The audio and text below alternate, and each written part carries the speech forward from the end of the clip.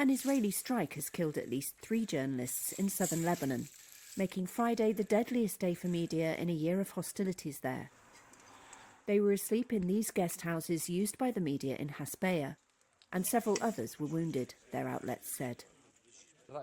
Those killed were camera operator Ghassan Najjar and engineer Mohammed Rada of the pro-Iranian news outlet Al-Mayadeen, and camera operator Wissam Qasim, who worked for Hezbollah's Al-Manar, the outlets said in separate statements.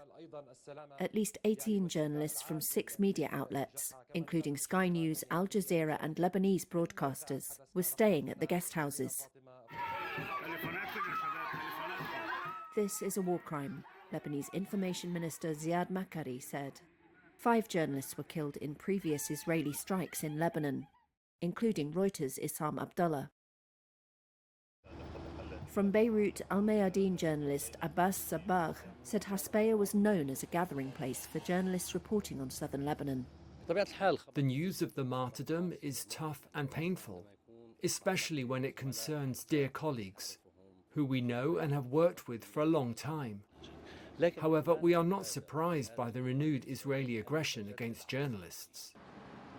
Ghassan bin Jiddu, the director of Al-Mayadeen, said on the channel's X account that the attack was deliberate.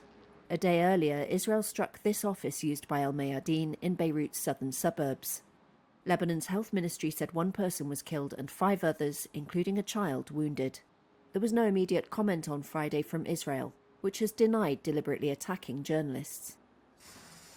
At least 128 media workers had been killed since the start of the Gaza war as of Thursday, according to preliminary investigations by the Committee to Protect Journalists, making it the deadliest period for journalists since the CPJ began gathering data in the early 90s.